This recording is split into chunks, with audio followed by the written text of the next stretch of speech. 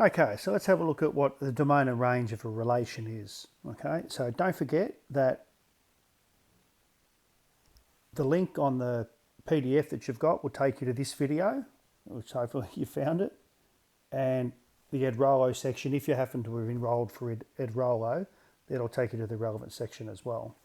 A relation itself, okay, it's just, by definition, it's a set of ordered pairs. Okay, and those ordered pairs can be represented in a number of ways. If we, I guess, go back one, an ordered pair could be the 0.24, could be the 0.36, -1.7. They're just ordered pairs. Okay, now those ordered pairs could be represented to us in the form of a table. Okay, those ordered pairs could be represented in the form of a graph. Okay, or it could be represented in the form of an equation or a rule. Okay, so each of those representations represent a relation.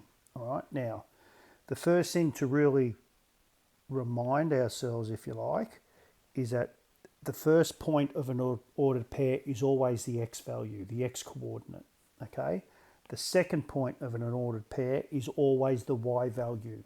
Okay, now that is never going to change. So the x coordinate is considered to be the first element. The y coordinate is considered to be the second element. So if you like, here we've got two different relations, and they're just a set of ordered pairs, 1, 1, 1, 2, 3, 4, 5, 6. Now, the first element, the set of first elements, is called the domain. So the domain is the group of all the first elements of an ordered pair. So for example, the domain of S is the points 1, 1, 3, and 5. Now we don't need to repeat the 1. So the domain of S is given by the points 1, 3, and 5. The range of S, the range represents the set of second values or the y values. So here the range is 1, 2, 4, and 6. And you can see there the range of S is 1, 2, 4, and 6. So the range, the set of y values, the domain, the set of x values.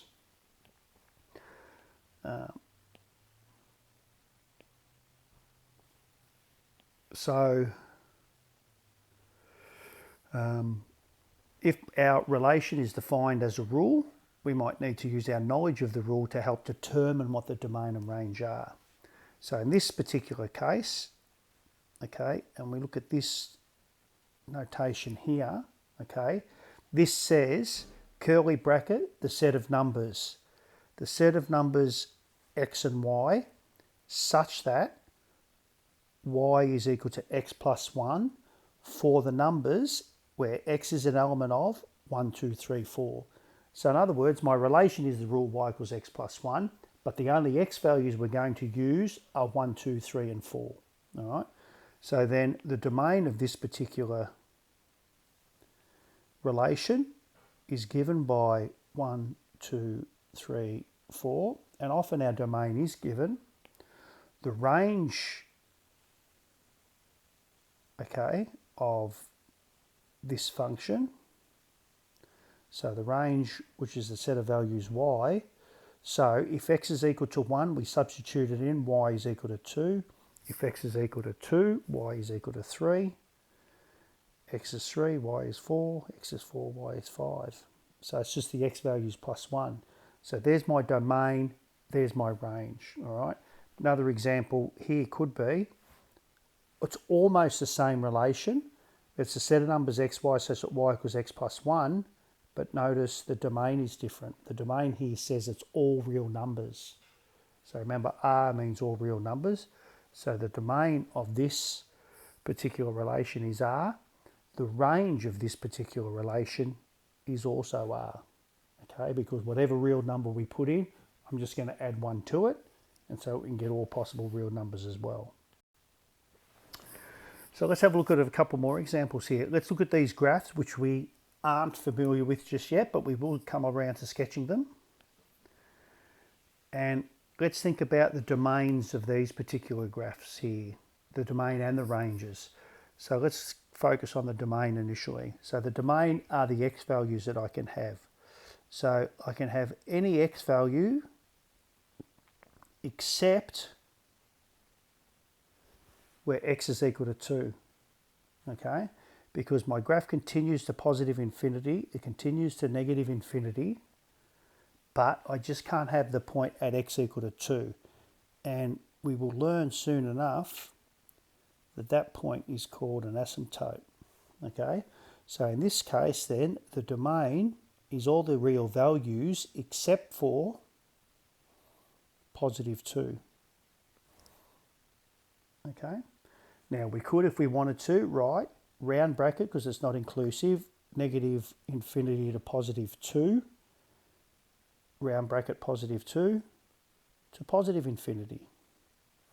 So they say the same thing, all right? Round brackets because we don't include 2 and we can't include infinity. What about the range of this function? The range is all the y values. So the y values are there and they head up that way continually, okay? Now, graphically, we can't have that point there, so it's a hollow dot. Okay, we spoke about that last. And so that hollow dot is from negative 3 to positive infinity. And I'm going to use a round bracket to say I can go from negative 3 to positive infinity. Or I might say the y value such that y is greater than negative 3. There's a set of values there. Okay. All right, let's have a look at the next question. Again, graph that we're not too sure about. We see with the x value there is at 1. Solid dot, so it's including 1. And I'm going to use all the x values as they head that way. So that means my domain is from 1 to infinity, including 1, square bracket. What about the range of values? Well, the range, that's the highest y value, and then all the y values are going to continue to go downwards because this graph will continue to head down eventually. All right. So the range of this function is, I want to say from 3 to negative infinity, but it's always the lowest number to the highest number. All right. What about C? Again, the x values is the domain. So there's my x values here, and my graph continues all the way along that way. It continues all the way along that way. The only problem I've got, again, is this point in the middle where x is negative 3. Okay, so again, similar to the first one, the domain is R except for negative 3. What about my range? Well, we've got here at negative 4. I don't reach negative 4, but I get close because it's an asymptote. And I continue downwards. So this graph here, these y values here, continue to get steeper and steeper, or bigger and bigger in size. So the range is, well, the lowest value is negative 4. Sorry, the highest value is negative 4. So I'm going to go from negative infinity to negative 4, round bracket. Round bracket around infinity because it's always a round bracket on infinity. And a round bracket at negative 4 because this graph gets closer and closer and closer to negative 4 but never reaches it. That's the definition of an asymptote. And we'll talk about asymptotes a bit more when we get to our graphing. Last three. All right, again, think about our domain. It's all the x values. So our x values there to there, isn't it? So again, my domain is from negative 2 to 0.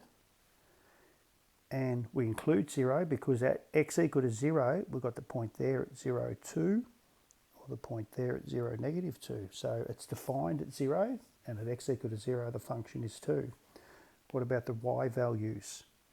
Positive 2 down to negative 2, both with solid dots. So the range is from negative 2 to positive 2. All right, next one is very similar, isn't it?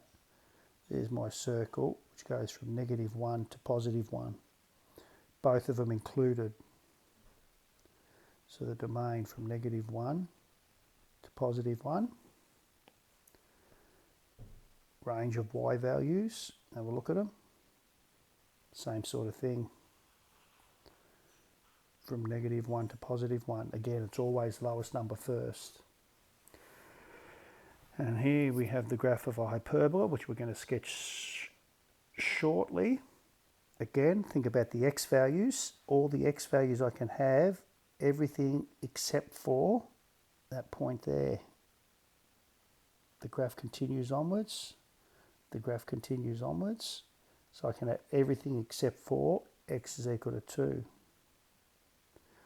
Except for 2. What about the y values? Well, they go on forever. They keep coming all the way down again, except for that point there. And then they continue all the way down there. So the only value we can't have in the range is +2 also.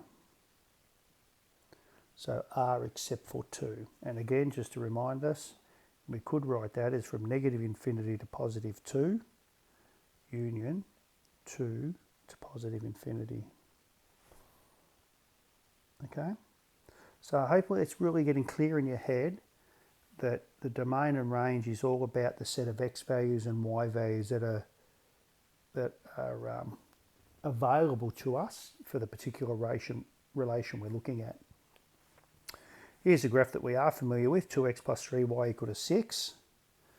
But we're only looking at the values of x that are greater than or equal to 0. So if I sketch this graph, if I put x equal to 0, 3y is equal to 6, y is equal to 2, so I get the point 0, 2 for one intercept. 0, 2. And then if I put y equal to 0, I get 2x is equal to 6, x is equal to 3, so I get the point 3, 0 out here somewhere. And we'll sketch this as straight as we can. So that's the full line. That's the line. 2x plus 3y equals 6. Now, what about this though?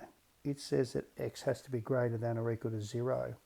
So the domain is this section of my axis along here. Probably use yellow. The domain are all these values here. So I'm only going to use those x values.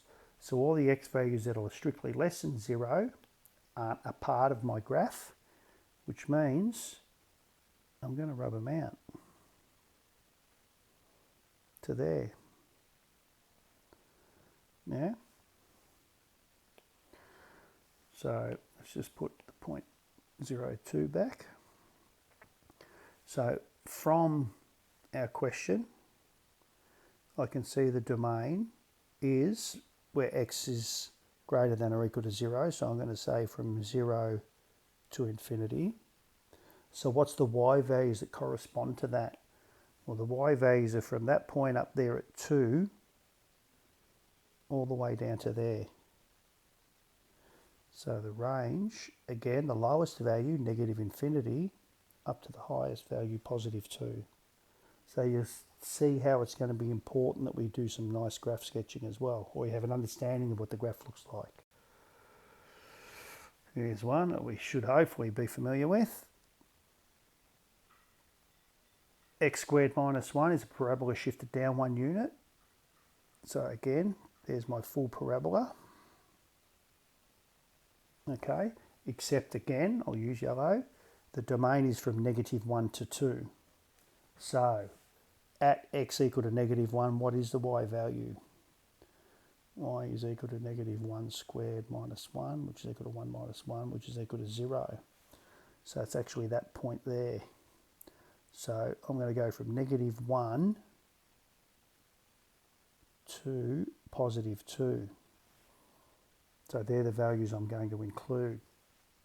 So at +2, at x equal to 2, y is equal to 2 squared minus 1, which is equal to 3. So I get the point 2, 3. So I guess if we how do I want to do this? if I sketch my graph out a little bit more, let's just rub out that one. And then we can sort of see at x equal to 2, I get the point 2, 3. So I'm only going to include those sections of the graph. So let's rub out that section of the graph and that section of the graph. So it's not the best looking parabola, but hopefully we can see from this that my parabola, so it has a y-intercept at -1, x-intercept at -1 and +1, and it stops at x equal to 2. So then again, the domain is from -1 to 2, as said in the question.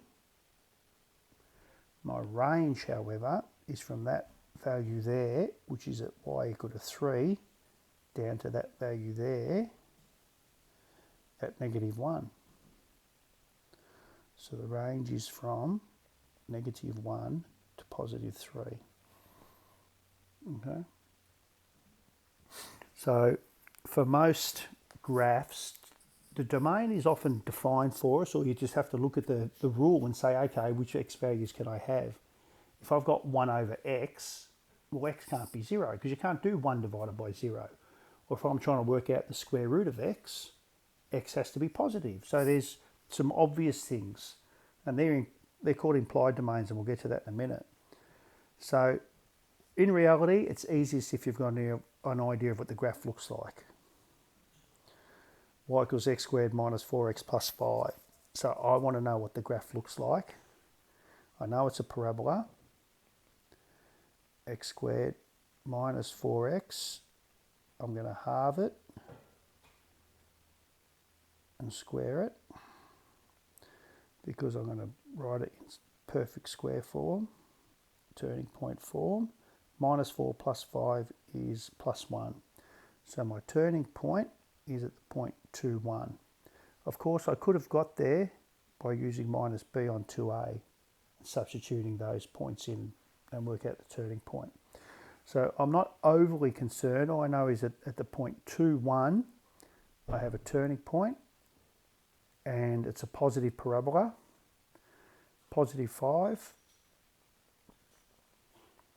So it looks something like that.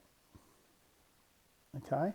Now, there's no restrictions on the domain, so I know straight away the domain can be anything I want it to be, because I can square any number and I can multiply any number by -4. What about the range?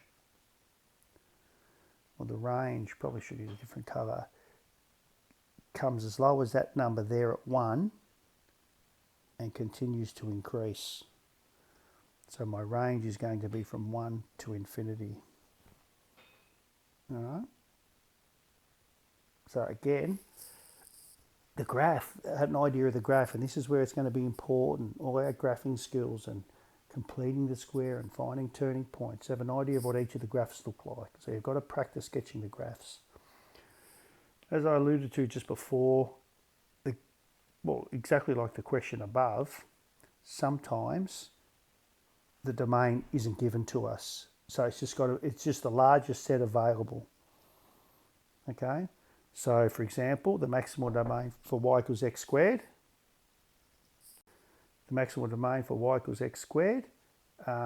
is just R, because we can put